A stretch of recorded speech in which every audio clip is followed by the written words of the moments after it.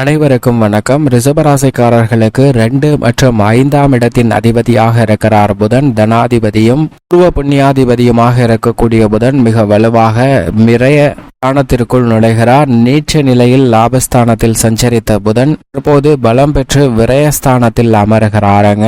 மே 7ஆம் தேதி முதல் நீச்ச நிலையில் சஞ்சரித்து வந்த புதன் நீச்ச நிவர்த்தி பெற்று பலம் பெற்று 25ஆம் தேதி வரை சஞ்சரிக்க போகிறார். மே 25ஆம் தேதி முடிவதற்குள் விரயஸ்தானத்தில் பலம் பெற்று சஞ்சரிக்கக்கூடிய புதனின் அமைப்பு காரணமாக சுப விரயங்களை அடுக்கடுக்காக சந்திப்பதற்கான யோகம் உண்டு. அலைச்சல் அதிகரித்தாலும் அதற்கான ஆதாயம் கிடைப்பதற்கான யோகத்தை உருவாக்கி கொடுக்கிறார். அது மட்டுமல்லாது அவரது சப்தம பார்வை ரூணரோக சத்ருஸ்தானத்தில் பதிவதால் கடன் சார்ந்த தொல்லைகள், ஆரோக்கிய தொல்லைகள் வெகுவளவில் குறைவதற்கான யோகம் நிச்சயமாக கிடைக்கிறது.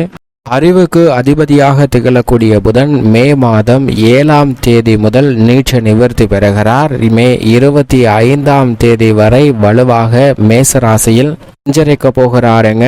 அங்கு சூரியன் மற்றும் புதன், சந்திரன் என பல கிரகநிலைகளுடன் இந்த பயிற்சியில் சஞ்சரிக்க போகிறார். அதிலும் குறிப்பாக நீச்ச நிவர்த்தி பெற்று வித்யாகாரகன், புத்திகாரகன் என்று சொல்லக்கூடிய புதன் வலு பெறுவது நல்ல வரவேற்கத்தக்க ஒரு அமைப்பாக பார்க்கப்படுகிறது. எனவேதான் மே 25ஆம் தேதி முடிவதற்குள் நீச்ச நிவர்த்தி பெற்று பலம் பெற்ற புதனின் அமைப்பு காரணமாக இவை நடந்தே தீரும் என்று சொல்லக்கூடிய வகையில் பல அதிரடியான மாற்றங்களை சந்திப்பதற்கான வாய்ப்பு உண்டு. ஏனென்றால் காலச்சக்கர நட்பை கொண்டாடக்கூடியவராகவும் அறிவு மற்றும் வித்தைக்கு அதிபதியாகவும் திகழ்கிறார் புதன். சூரியனுக்கு மிக அருகாமையில் இருக்கக்கூடிய கிரகமாகவும் ஒளி பொருந்திய கிரகமாகவும் பார்க்கப்படுகிறார். அவர் கொடுக்கக்கூடிய அறிவாற்றல் என்பது எதிரிகளை பந்தாடக்கூடிய அளவிற்கு விவேகம் நிறைந்தவையாக இருக்கும். எனவே பல்வேறு வகையான சிக்கல் நெருக்கடிகள் இருந்தாலும் கூட அவற்றை சிறப்பாக கையாளக்கூடிய அதிர்ஷ்ட யோக வாய்ப்புகள் இந்த தருணத்தில் நிறைந்து கிடைக்கிறது என்பதை தெளிவாக உறுதிப்படுத்துகிறார்.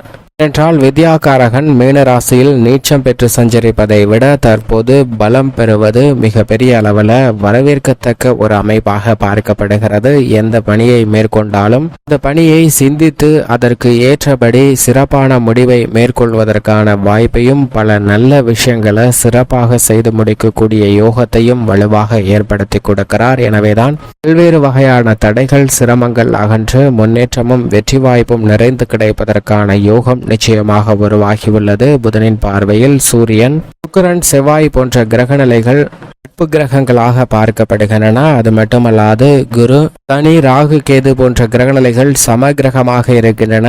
இதில் குரு தனதை பார்வையில் புதனை பகை கிரகமாக பார்த்தாலும் கூட புதனின் பார்வையில் குரு சம கிரகமாக இருக்கிறார். அது மட்டுமல்லாது சனியின் பார்வையில் புதன் நட்பு கிரகமாக இருக்கிறாருங்க.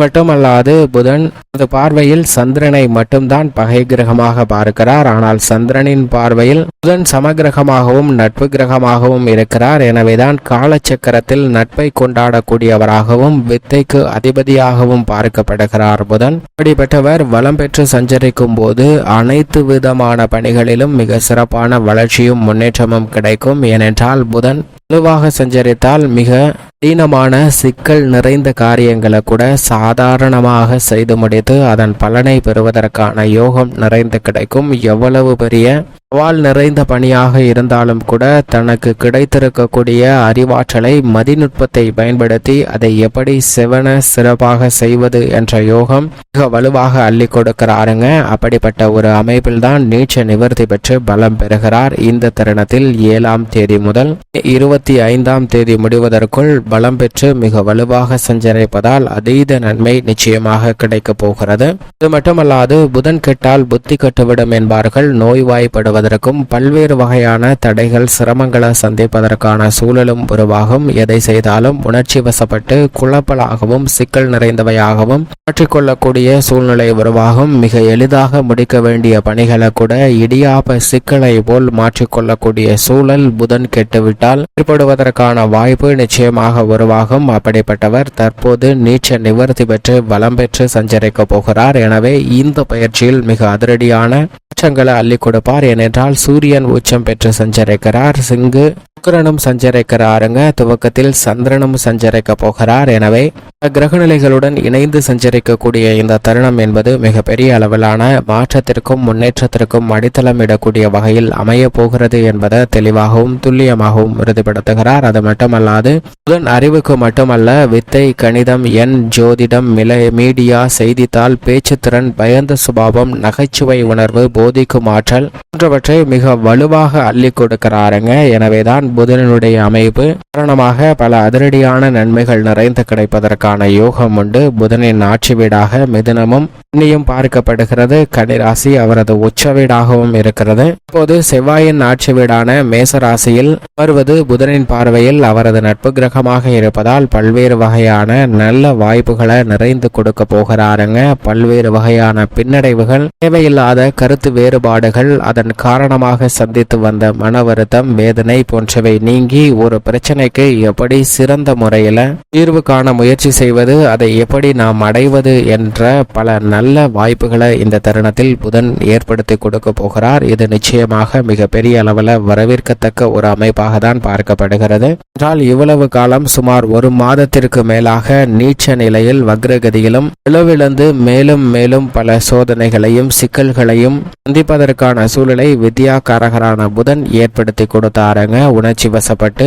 முடிவுகளை எடுத்ததால் சில தடுமாற்றங்களை சந்திப்பதற்கான சூழலும் உருவாகியிருந்தது. ஆனால் அவை அனைத்திலும் தற்போது மிக சிறப்பான மாற்றம் நிறைந்து கிடைக்கிறது என்பதை வித்யாகாரகன், அறிவுக்காரகன் என்று சொல்லக்கூடிய புதன் நீச்ச நிவர்த்தி பெற்று வலுப்பெற்று சஞ்சரிக்கக்கூடிய இந்த தருணத்தில் பல நன்மைகள் நிச்சயமாக கிடைப்பதற்கான யோகம் உண்டு. அது மட்டுமல்லாது பொதுவாகவே புதன் 2, 4, 5, 7, 9 மற்றும் 11 ஆகிய இடங்களில் சுபத்துவ பாதையில் சஞ்சரிக்கும் போது மிக அபரிவிதமான வளர்ச்சியையும் முன்னேற்றத்தையும் அள்ளி கொடுப்பார். ஜென்மம் மற்றும் அஷ்டமத்தில் சில தடைகள், சின்ன சின்ன சிக்கல்களை சந்திப்பதற்கான சூழல் உண்டு. இருந்தாலும் தற்போது நீச்ச நிவர்த்தி பெற்று பலம் பெறுவதால் பல இடங்கள்ல அதிரடியான மாற்றத்தை சந்திப்பதற்கான யோகத்தை உருவாக்கி கொடுக்கிறார். புதனின் சப்தம பார்வையும் நுணுக்கமாக செயல்பட்டு அதில் இருக்கக்கூடிய பிரச்சனை, வில்லங்கங்கள் அனைத்தையும் சுலபமான முறையில் எதிர்கொண்டு மிக சிறப்பான வெற்றியை பெறுவதற்கான யோகத்தை புதன் மாற்றி கொடுக்கிறாருங்க. புதனின் அமைப்பு இப்படி இருக்க, ரிஷபராசிக்காரர்களை பொறுத்த வரைக்கும் ராசியின் அதிபதியான சுக்கிரனுக்கு நட்பு கிரகமாக இருக்கக்கூடிய புதன் மிகவும் சாதகமாக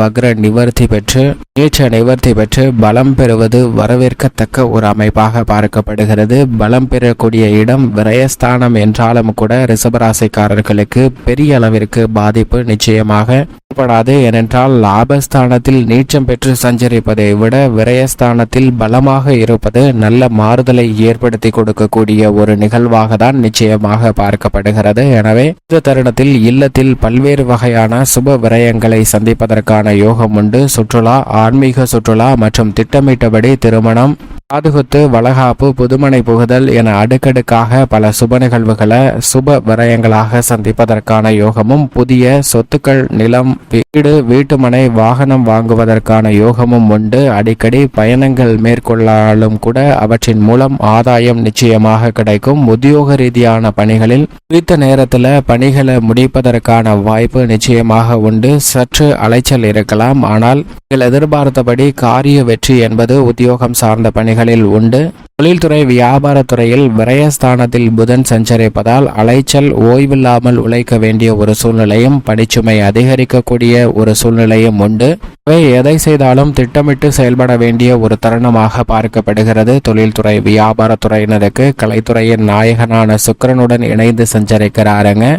இதுவரை இல்லாத அளவிற்கு அதீதமான அலைச்சல் நிச்சயமாக ஏற்படும். ஆனால் நீங்கள் எதிர்பார்க்கக்கூடிய முன்னேற்ற வாய்ப்புகள் கிடைக்கும். அரசியல் சார்ந்த பணிகளிலும் மக்கள் மத்தியில் உங்களுக்கு பெயர் புகழ் அதிகரிப்பதற்கான சாத்தியக்கூறுகள் உண்டு. எனவே திட்டமிட்டதை விட நல்ல மாற்றத்தை சந்திப்பதற்கான வாய்ப்பு உருவாகிறது. மாணவ மாணவியரின் கல்வியில் முன்னேற்றம் உண்டு. விவசாயம் சார்ந்த பணிகளில் விவசாயத்துறையின் அதிபதியாக இருக்கக்கூடிய செவ்வாய் லாபத்தில் வெற்றிருக்கிறார். எனவே இந்த தருணத்தில் தன் சார்ந்த தொல்லைகள் உட்பட பல சிரமங்கள் விலகுவதற்கான யோகம் நிச்சயமாக கிடைக்கிறது. பெண்மணிகளை பொறுத்த வரைக்கும் மகிழ்ச்சி அதிகரிப்பதற்கான சூழலை உருவாக்கி கொடுக்கிறார் புதன்.